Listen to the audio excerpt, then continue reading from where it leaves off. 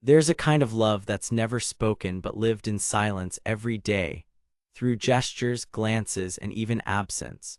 The problem is almost no one knows how to recognize it. Worse, you might be confusing love with loneliness, or even worse, you might be loved right now and not even realize it. In this video, based on the deep psychology of Carl Jung, you'll learn how to recognize the love that goes unspoken and why it's more common and more dangerous than you might think. Ignore these signs and you might miss out on something real. But if you learn to see them, you'll finally understand who truly feels something, even if they never say it. Talking about love without talking about the unconscious is like trying to understand a book just by its cover. To Carl Jung, most of our relationships don't happen on a conscious, logical, rational level. They happen in the underground of the soul, where our repressed emotions, fears, unspoken desires, traumas, and fantasies live. When we feel something for someone and can't express it, it's not just shyness or insecurity. It might be the unconscious trying to break through. And what doesn't get said almost always finds another way to show up. One of Jung's key concepts that helps explain unspoken love is projection. This happens when we see in someone else something that actually lives inside us, but we can't see it directly. We project qualities, fantasies, desires, and even repressed parts of ourselves onto someone, and then we fall in love with that image, that symbolic construction. That's why sometimes we're not really in love with the person, but with the idea we've built of them, an idea that reflects something we want to experience or heal in ourselves. Projection can be powerful, but also dangerous. It connects us, but it also confuses us. Another essential concept is the shadow. Jung said we all have a side we try to hide, impulses, fears, desires, traits that don't match the image we want to show the world. The shadow isn't just what's bad, it's everything we've pushed down. And often, silent love is born right there. We love in silence because the feeling scares us, unsettles us, or simply clashes with who we think we're supposed to be. The shadow acts without asking permission. You might start avoiding the person who attracts you, feel angry at them for no reason, or dream about them even after saying you don't want anything. These contradictory behaviors are clues that the unconscious is in charge. And when we talk about silent love, we can't ignore synchronicity, another striking concept from Jung. Synchronicity is when external events line up meaningfully with internal states. It's not just coincidence. It's like the universe arranging encounters, messages, subtle signs. You think about someone and they show up. You hear a song and it feels like it was written for you too. These moments are like winks from the unconscious, trying to show you something your mind hasn't grasped yet. Jung didn't see these experiences as magic. He saw them as symbols. And symbols are powerful because they speak directly to the deepest parts of our soul. So when someone loves in silence, it doesn't mean the feeling isn't there. Quite the opposite, it might mean the feeling is so strong it's spilled beyond conscious control. The body reacts, gestures become more tender, the gaze changes, but the words, they get stuck. And maybe that's where the truest love reveals itself. Not in what we manage to say, but in what overflows despite the silence. There's a clear and scientifically proven sign that the unconscious is at work. When someone starts moving, talking, even breathing like you. You say something and seconds later they repeat it the same way. They laugh like you, use your words, sit just like you. Coincidence? Maybe, but in many cases it's a sign of something deeper, unconscious mirroring. There's a scientific basis for this: mirror neurons. They're responsible for our ability to imitate and connect with others. When we feel empathy, when we admire someone or feel emotionally connected, our brain starts to copy their behavior without us even realizing. But mirroring goes beyond a neurological reaction. It's also a subtle expression of connection. When someone starts adopting your expressions, your gestures, your way of speaking, it's like their unconscious is saying, I relate to you. It's a quiet attempt to connect, to get in sync. Now, this doesn't always mean love. It could just be likability, charisma, or a desire to fit in. But there's one detail that changes everything: consistency and exclusivity.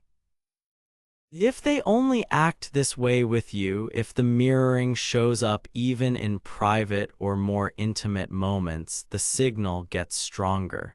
It's like, without realizing it, they're trying to match your frequency, as if they're silently saying, I get you, or even, I want you to notice me.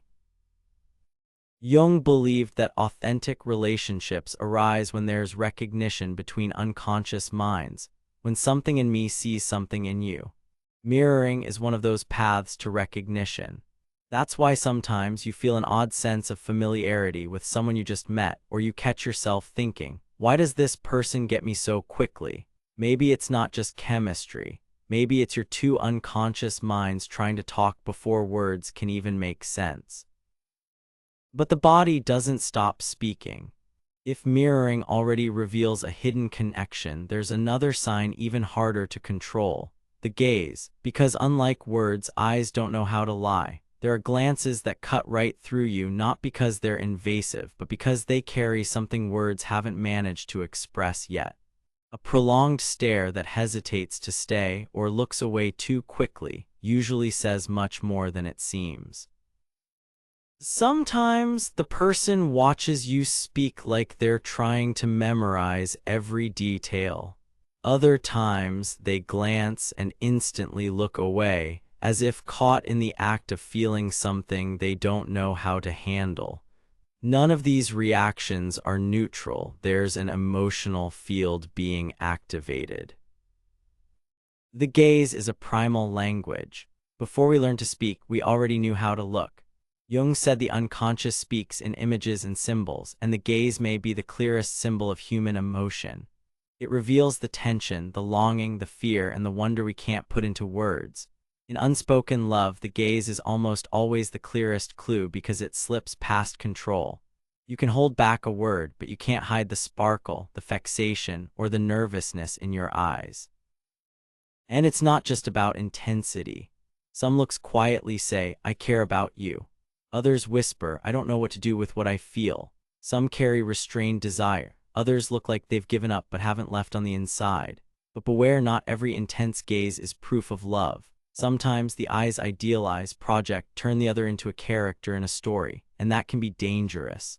Loving in silence doesn't mean writing a movie where the other person doesn't even know they've been cast. So the gaze can be connection or fantasy, and the difference lies in presence. If even in silence the person is truly there, attentive, with body and soul, maybe something real is happening, something that hasn't turned into words yet but is already showing itself in the invisible. And when the gaze and gestures align, another sign appears, so subtle it almost slips by unnoticed. It's the kind of memory that holds not what's obvious, but what you didn't even remember saying. You casually mentioned once that you prefer your coffee without sugar, and days later there it is, just how you like it. Or you brought up, almost in passing, a childhood book and they show up with an old edition in their hands. These gestures aren't random. They reveal emotional attention. Remembering the details is a clear sign that someone is emotionally invested, because the brain holds on to what the heart considers important. And when someone remembers what you say, even the smallest things, it's because in some way you take up space inside them. But it's not just about a good memory, it's deeper. It's a kind of emotional listening, the kind that goes beyond information and into connection.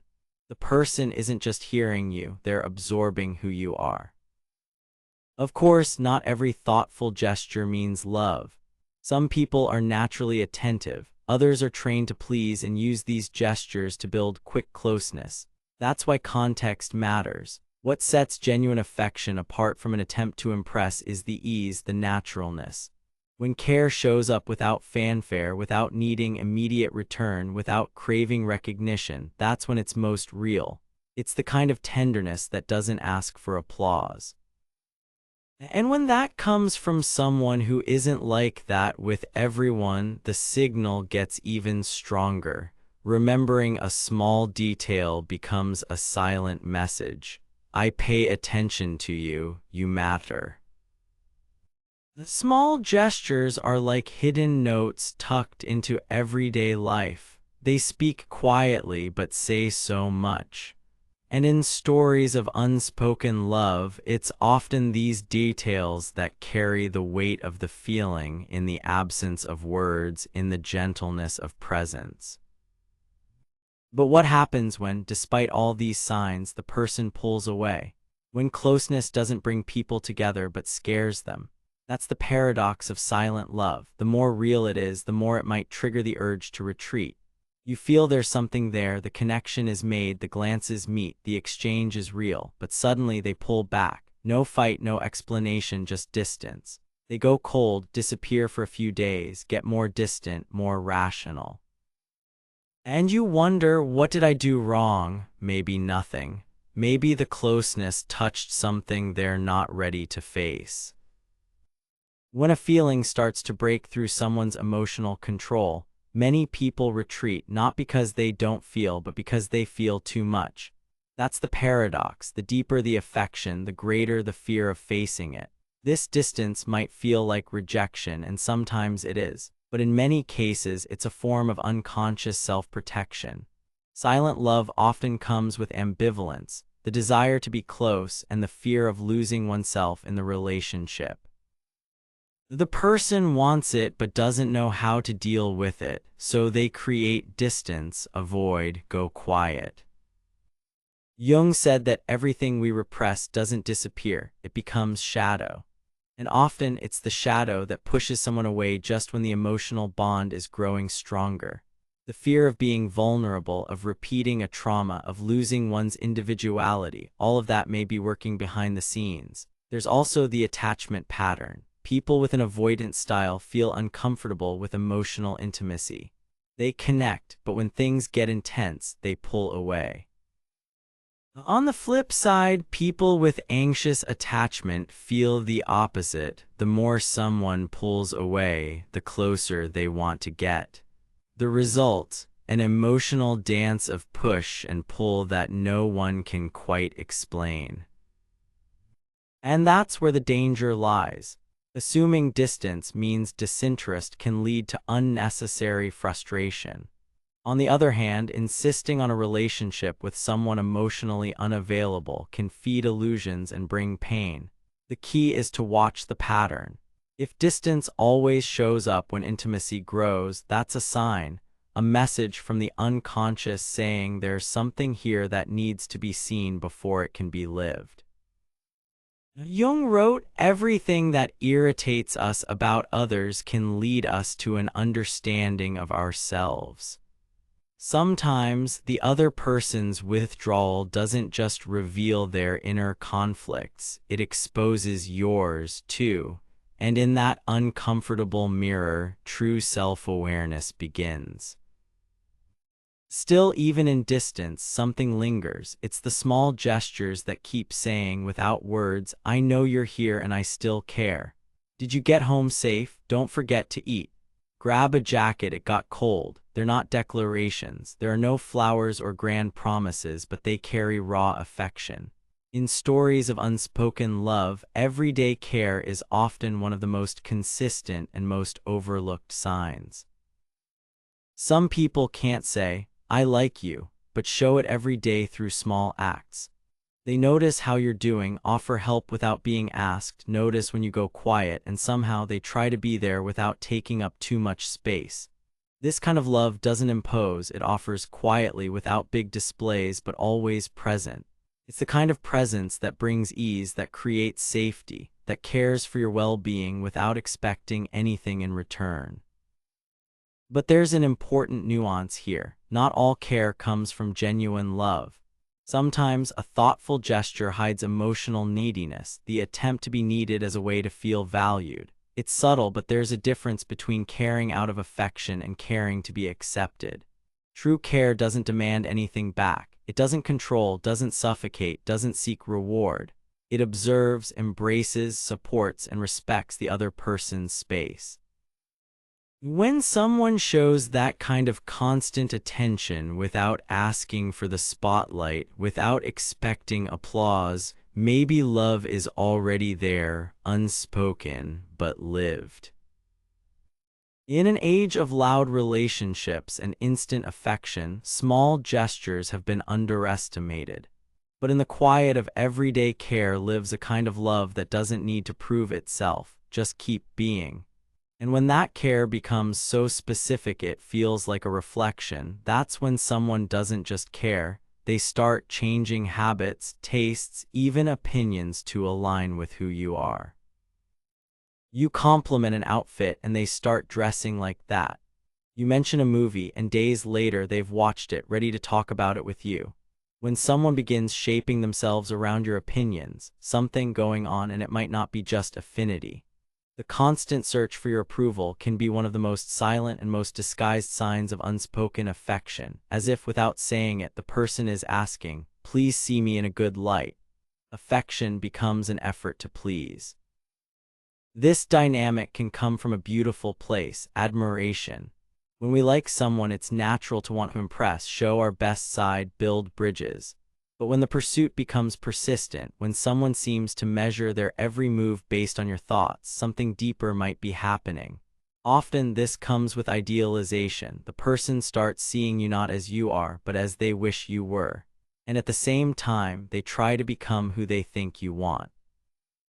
It becomes an exchange where no one is fully being themselves. Jung warned about this kind of projection. Relationships built on the need for approval tend to be fragile because the connection forms around an ideal, not reality. So if someone orbits your validation, pay attention. Is there affection? Maybe. But there could also be insecurity, fear of rejection, a craving for acceptance. And where fear lives, love gets stuck, caught between what felt and what's being performed. But what happens when that need for approval goes beyond words? When the body, which never lies, starts to betray the persona someone's trying to maintain? Because some people can hide their feelings in conversation, but not in the way their body reacts. When you walk in, she's loud with everyone but more reserved around you. He's relaxed in the group but freezes up when you arrive. The change is subtle but visible. The energy shifts, the behavior recalibrates. This kind of shift is one of the most common and most involuntary signs of hidden emotion. It's not planned, it's the body reacting to someone's presence. The tone of voice changes, posture shifts, nervous jokes slip in, or an awkward silence appears that doesn't match their usual vibe.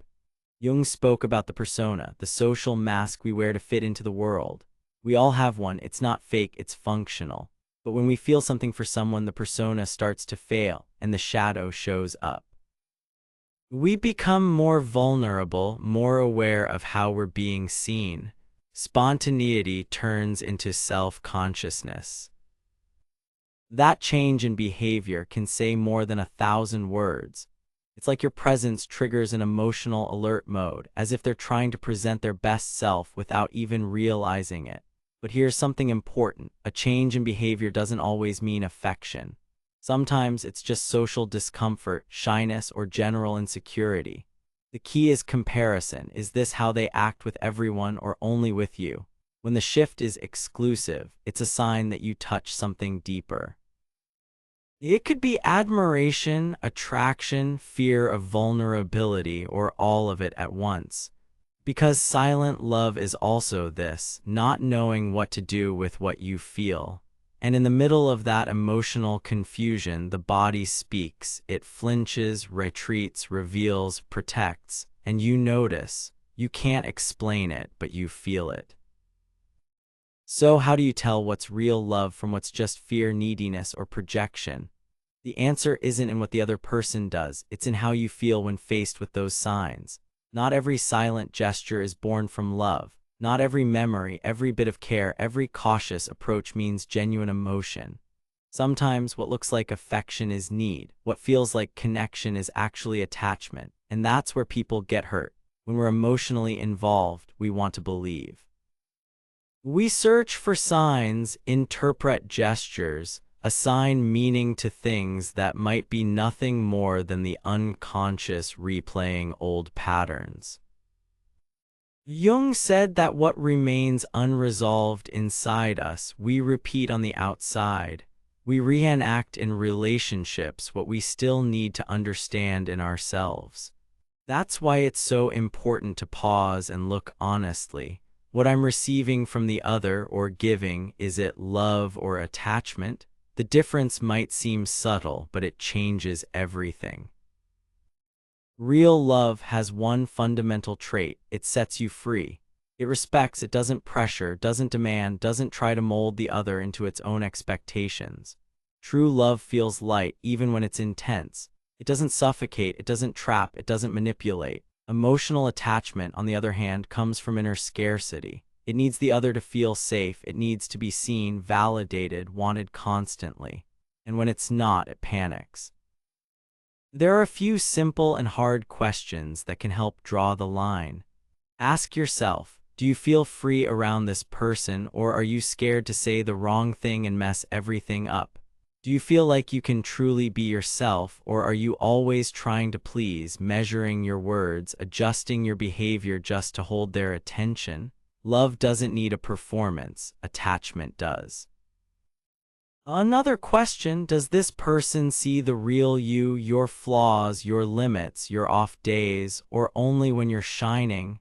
Idealization is a classic sign that there's more projection than relationship. And every projection has an expiration date. Eventually, the image breaks, and then the magic turns into pressure, frustration, distance. Jung insisted that a true connection between two people only happens when each is willing to look inward before trying to find the other. Love is only possible between whole people.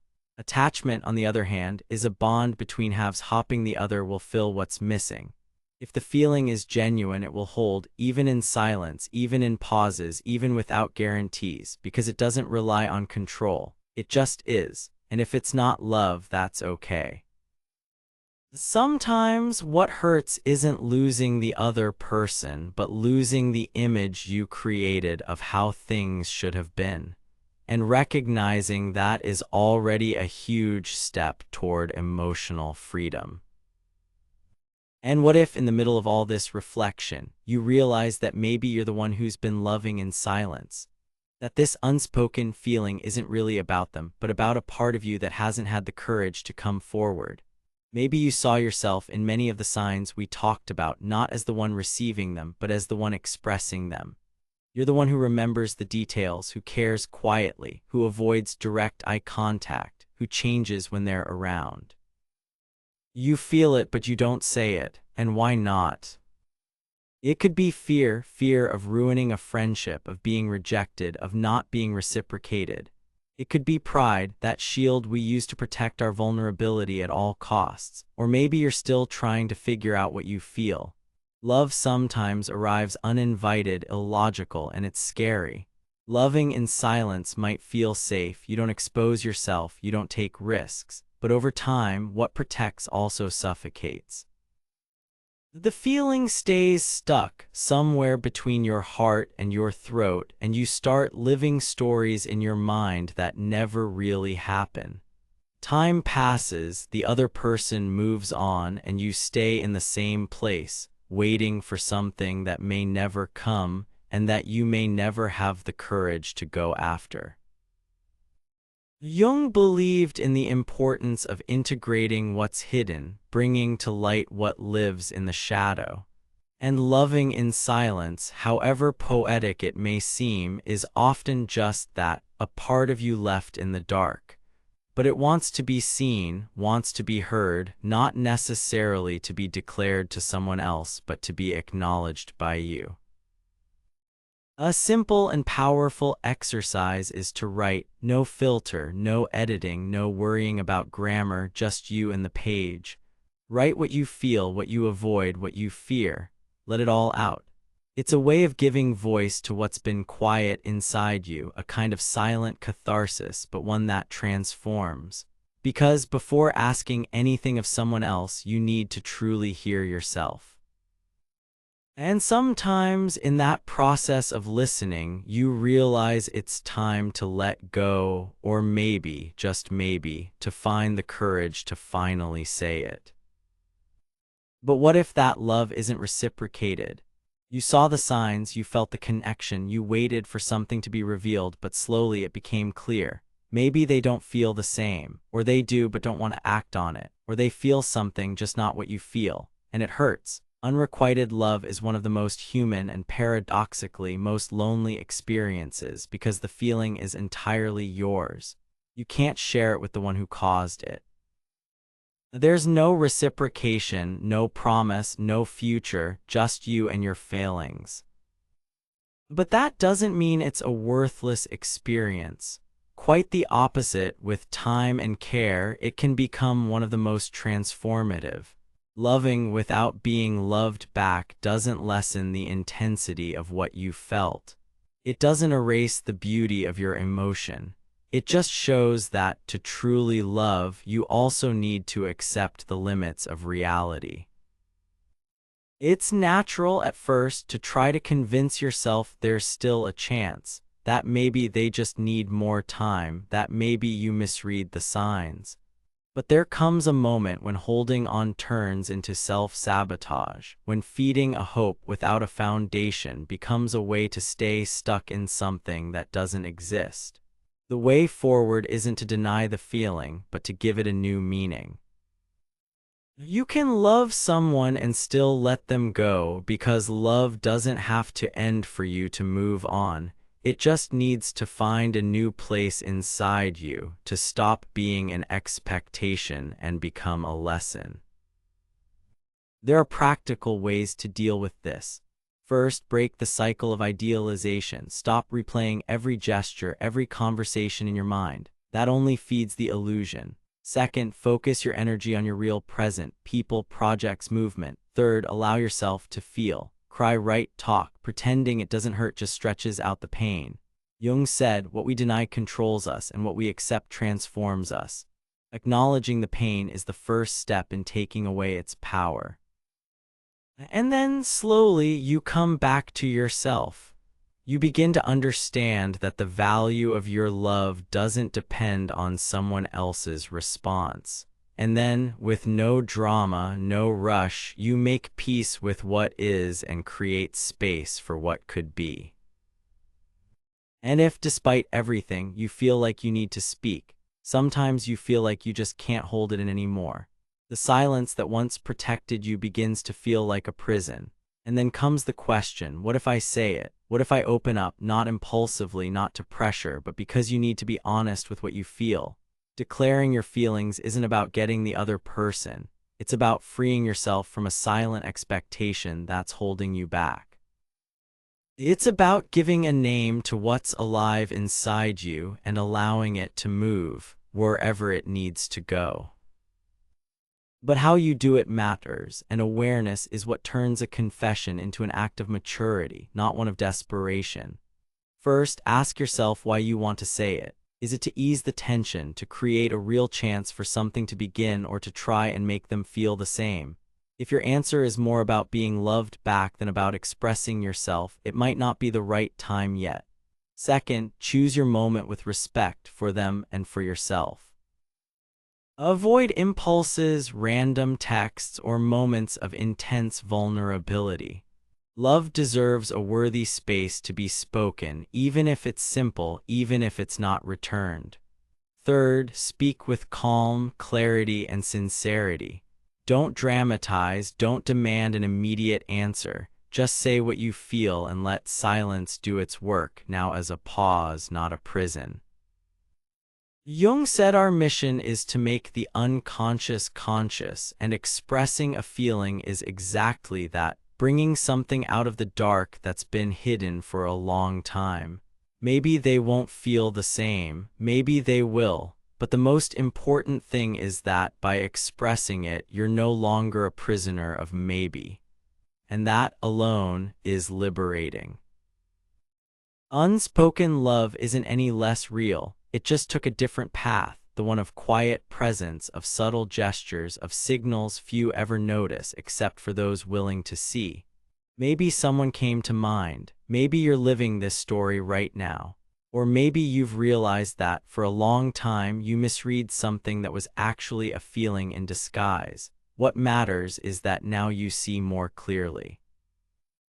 Because silent love doesn't live in words, it lives in the details, in what happens when no one is watching. Jung said, "What remains unconscious controls us." When we learn to notice the signs we once ignored, we gain freedom, freedom to choose with more awareness, to feel with more presence, to stop repeating stories that hurt us quietly. You don't have to become paranoid or try to decode every little gesture like it's a hidden message. But you do have to be open to feel and mature enough not to rely on obvious confirmation. Some feelings never become words, and that's okay. What's not okay is losing yourself waiting for them. Love can be subtle, but your awareness doesn't have to be blind. In the end, recognizing unspoken love is an act of sensitivity, of listening, of courage. It may not change the story, but it can change you, and that changes everything. Only those who have learned to see beyond words can recognize the love that isn't said, and once you see it, you'll never love the same way again. If this video made sense to you, if it touched something inside, subscribe to the channel. Here we talk about what almost no one dares to, the emotional backstage of human connections. Hit the bell so you don't miss the next videos. We've got much more on relationships, the unconscious, and the signs we need to learn to read. And if you've made it this far, I want to know, comment below. I've learned to hear the silence. That way, I'll know you stayed until the end and that, somehow, this content found a real place inside you. See you in the next video.